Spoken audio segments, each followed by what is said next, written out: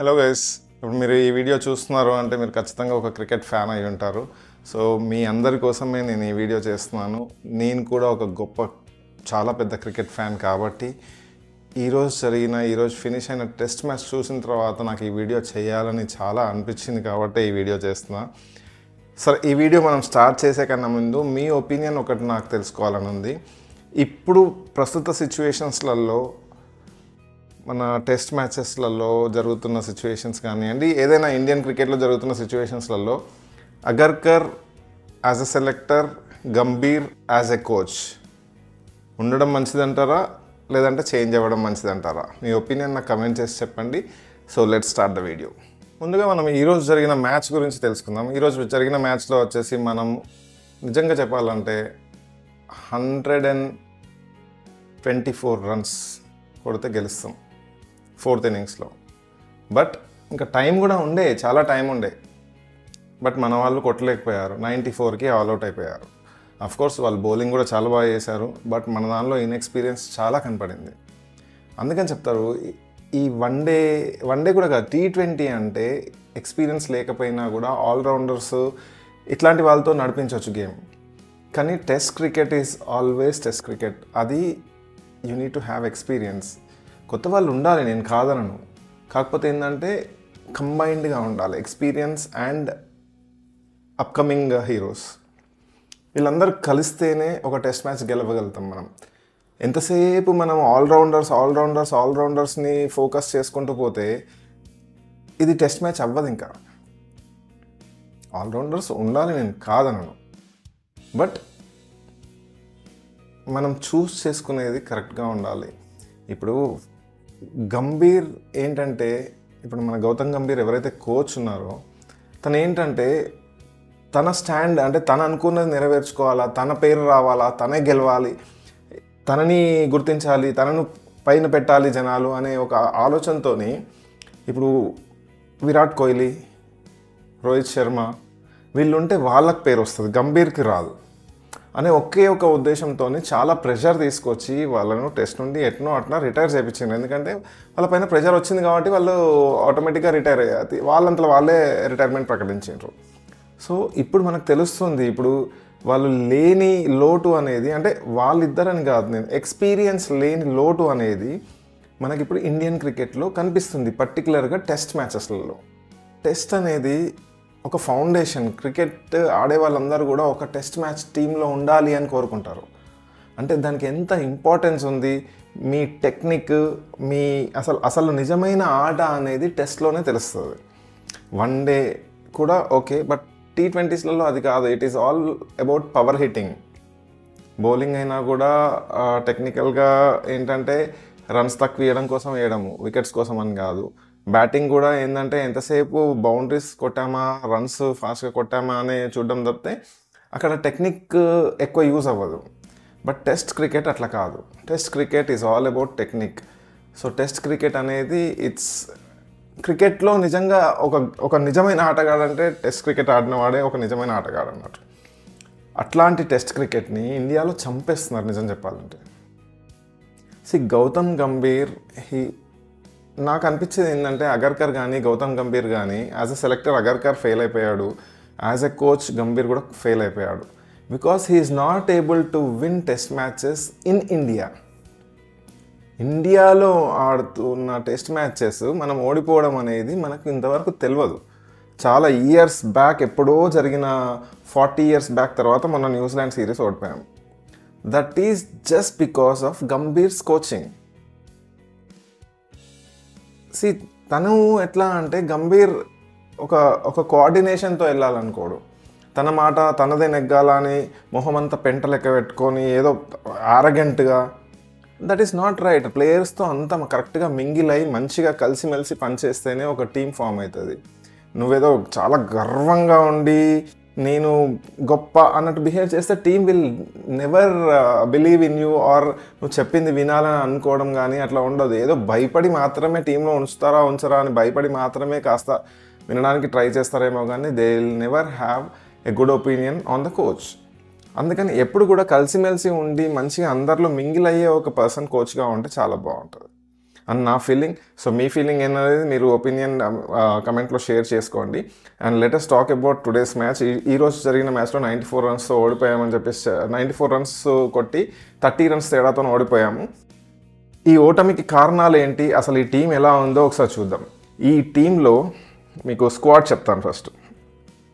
ఈ team squad వచ్చేసి ఆడిన 11 మెంబర్స్లలో 6 members left hand batters.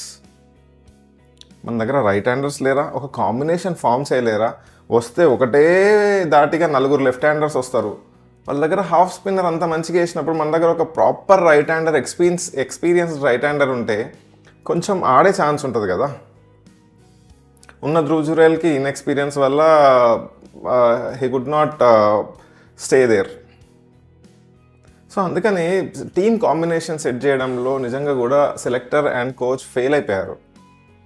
Of course Gill is retired hurt first ఇన్నింగ్స్లో, సెకండ్ ఇన్నింగ్స్ ఆడలేకపోయాడు, దట్స్ ఓకే, ఇంకో రైట్ హ్యాండర్.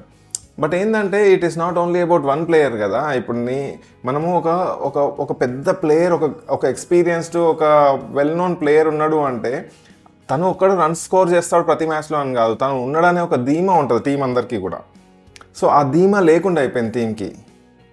నేను అదే చెప్తున్నా, ఇప్పుడు ఆరోగెన్స్ పట్టుదలకు పోయి వేరే వాళ్ళ మీద కక్ష సాధించాలి అనుకొని ఇండియా టీంని నాశనం చేస్తున్నారు ఇక్కడ. సో ప్లీజ్ అలా చేయొద్దు అని చెప్పేసి నేను అనుకుంటున్నా. మనం చెప్తే ఏం జరగదు, బట్ ఏంటంటే మీరు చూసే వాళ్ళకి, ఏదైతే ఈ వీడియో చూస్తున్నారో వాళ్ళకు నేను చెప్పాలనుకునేది ఏంటంటే మన టీం ఇలా అయిపోవడానికి ముఖ్య కారణం అయితే నా దృష్టిలో అగర్కర్ అండ్ గంభీరే. So Gambhir is not the right person to be a coach. ఎందుకంటే అంత అరగెంట్గా ఉంటే కోచ్గా పని చేయరు. మీరు ఎప్పుడైనా చూడండి, ఏ టైంలో అయినా చూడండి, గంభీర్ మొహంలో నవ్వు కనిపించదు. అసలు ఒక తోటి టీంలో ఉన్న మెంబర్స్తో కూడా చాలా అరగెంట్గా బిహేవ్ చేయడం వల్ల ఎవరు కూడా తన దగ్గర ఉండాలనుకోరు. తనకు భయపడి చేయాలనుకుంటారు తప్పితే స్వేచ్ఛగా చేయాలని ఎవరు అనుకోరు. సో చలో మళ్ళీ మనం డైవర్ట్ అయిపోతున్నాం. So let's get in to the topic. 6 members అంటే ఫస్ట్ ఆఫ్ ఆల్ ఓపెనింగ్ తీసుకుంటే, opening Yashasvi Jaiswal and KL Rahul. ఈ పేరు నిజంగా కూడా కొంచెం మంచిగా ఆడారు వేరే సిరీస్లలో. బట్ ఈరోజు మాత్రం వీళ్ళని ఖచ్చితంగా తప్పు పట్టాల్సిందే. ఎందుకంటే స్పిన్నర్స్కి చాలా బ్యూటిఫుల్ వికెట్ అండ్ ఫాస్ట్ బౌలర్స్కి అన్ఈవెన్ బౌన్స్ ఉండే, ఐ యాక్సెప్ట్ దట్. కాకపోతే అట్లీస్ట్ ఇప్పుడు ఫోర్త్ ఈరోజు పిచ్ ఏదైతే చాలా ఎక్కువ టర్న్ అవుతుంది అన్నప్పుడు అట్లీస్ట్ ఫాస్ట్ బౌలర్స్ని, ఫేస్ బౌలర్స్ని కొంచెం మంచిగా ఆడడానికి ట్రై చేసేది ఉండే. వచ్చి రాగానే వాళ్ళిద్దరూ అవుట్ అయిపోవడము, అది కూడా ఒక ఫేస్ బౌలర్కి అవుట్ అవ్వడము, సమ్టైమ్స్ అది అన్ఎక్స్పెక్టెడ్గా బ్యాడ్ లక్ వల్ల కూడా అవుతుంది, మంచి బాల్స్ వల్ల కూడా అవుతుంది, నేను కాదనను.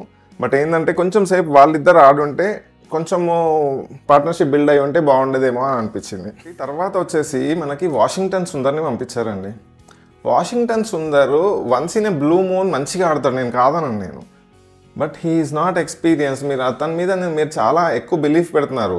వేరే ఎక్స్పీరియన్స్ ప్లేయర్స్తో పాటు తను ఆడుతూ ఉంటే హీల్ బికమ్ ఏ మంచిగా గ్రూమ్ అవుతాడు, మంచి ప్లేయర్ అయ్యే ఛాన్స్ ఉంటుంది. కానీ అంత ఇన్ఎక్స్పీరియన్స్ ప్లేయర్స్తోనే తనని ముందు పంపించి తనని ఆడిపోయడం వల్ల దేర్ ఇస్ నో యూజ్ అని చెప్తున్నా. ఇప్పుడు శుభ్మన్ గిల్ లేడు, కేఎల్ రాహుల్ ఉండి ఒకవేళ వాషింగ్టన్ సుందర్ ఆడి ఉంటే కొంచెం అక్కడ నుండి ఇన్పుట్స్ ఇస్తుండే, మెల్లిగా ఆడడమా ఏదో ఒకటి జరుగుతుండే. And Washington Sundar is not a believable player. అంటే ప్రతి మ్యాచ్ ఆడతాడు ఖచ్చితంగా అని ఒక నమ్మకం పెట్టుకునే ప్లేయర్ అయితే కాదు. Once in a blue moon ఏదో వస్తాడా, కొడతాడా, పోతాడా అన్నట్టుగానే ఉంటుంది. ఇంకా లెఫ్ట్ హ్యాండర్స్ గురించి మాట్లాడితే వాషింగ్టన్ సుందర్, యశస్వి జైస్వాల్, రిషబ్ పంత్, రవీంద్ర జడేజా, అక్షర్ పటేల్, కుల్దీప్ యాదవ్. 6 మెంబర్స్ అంటే ఇప్పుడు మనం కుల్దీప్ యాదవ్ని కూడా ఒక రీజనబుల్ బ్యాట్స్మెన్, అంటే మరీ బుమ్రా అండ్ సిరాజ్ లాగానైతే చూడట్లే కాబట్టి లాస్ట్ ఉన్న ఇద్దరు బుమ్రా అండ్ సిరాజే రైట్ హ్యాండర్స్. దానికన్నా ముందు 9 మెంబర్స్లలో 6 బ్యాట్స్మెన్ కూడా లెఫ్ట్ హ్యాండర్స్. సో కాంబినేషన్ ఎలా ఫామ్ అవుతుంది? వరుసగా 4 లెఫ్ట్ హ్యాండర్సే వస్తారు, ఈజీ అయిపోతుంది కదా బౌలర్స్కి.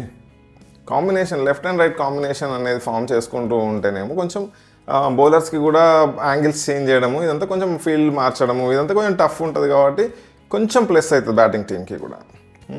దానికి తగ్గట్టు మనకు ఇప్పుడు అక్షర్ పటేల్ అండ్ ఎవరు మన రవీంద్ర జడేజా ఉన్నారు. వీళ్ళిద్దరు almost same kind of bowlers.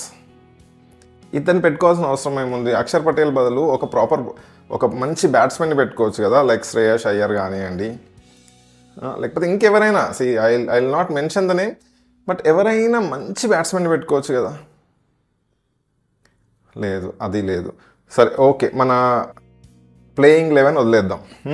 పోనీ ఈ బెంచ్లో ఉన్న ముగ్గురు ఉన్నారా, 12, 13 and 14, వాళ్ళ ముగ్గురులో కూడా 2 బ్యాట్స్మెన్ ఉన్నారు, ఒక bowler. Akash Deep is a bowler అని పక్కకు పెట్టేద్దాం. 2 బ్యాట్స్మెన్స్ ఎవరైతే ఉన్నారో బెంచ్లో, సాయి సుదర్శన్ అండ్ దేవదత్ పడికల్, వీళ్ళిద్దరు కూడా లెఫ్ట్ హ్యాండర్సే. మళ్ళా అంటే ఇండియాలో రైట్ హ్యాండర్స్ లేరా? నాకు అర్థం కావట్లేదు. రైట్ హ్యాండ్ బ్యాట్స్మెనే లేరా ఇండియాలో మంచి అంత పర్ఫామ్ చేసేవాళ్ళు? మీ ఈగోస్కి, మీ పాలిటిక్స్కి పోయి అందరినీ పక్కన పెట్టేస్తున్నారు తప్పితే మీరు ఇండియా టీం గురించి ఆలోచించట్లేదు. You are not thinking of cricket. మీరు పాలిటిక్స్ అండ్ ఈగోస్కే పోతున్నారు మీరు. So please let us not do that. క్రికెట్ని క్రికెట్ లాగా చూద్దాం, పాలిటిక్స్ని పాలిటిక్స్ లాగా చూద్దాం. ఇట్స్ నాట్ ఓన్లీ అబౌట్ మీ సొంత పార్టీలకు మద్దతు తెలిపేటోళ్ళని అట్లాంటి వాళ్ళని చూస్ చేసుకోవాలని ఏం లేదు. It's India, it's a democratic country. మీరు అందరినీ చూస్ చేసుకోవచ్చు. అందరిలోకి బెస్ట్ ప్లేయర్స్ని చూస్ చేసుకోండి అండ్ క్రికెట్ని గెలిపించండి. And let us hope next test match అన్న మన వాళ్ళు గెలుస్తారని చెప్పేసి. And I always think Gambhir and Agarkar వాళ్ళిద్దరిని కూడా వెంటనే తీసేయాలి. ఎందుకంటే వాళ్ళు ఉన్నన్ని రోజులు మన టీం ఇట్లా ఫెయిల్యూర్స్ చూడాల్సి వస్తుంది. టెస్ట్ ఛాంపియన్షిప్కి దగ్గరికి కూడా వెళ్ళలేరు. So let's pray for that. మంచి రాహుల్ ద్రవిడ్ లాంటి కోచ్, రవిశాస్త్రి లాంటి కోచ్ మళ్ళీ రావాలి అని చెప్పేసి కోరుకుందాం. Let's hope for the best. మీరు ఇక్కడ దాకా ఈ వీడియో చూసినందుకు చాలా థ్యాంక్స్. ప్లీజ్ మీరు ఈ వీడియో నచ్చితే లైక్ చేయండి, మీ ఫ్రెండ్స్కి షేర్ చేయండి, మీ ఒపీనియన్ని కమెంట్ చేసి చెప్పడం మాత్రం మర్చిపోకండి. Thank you for watching the video.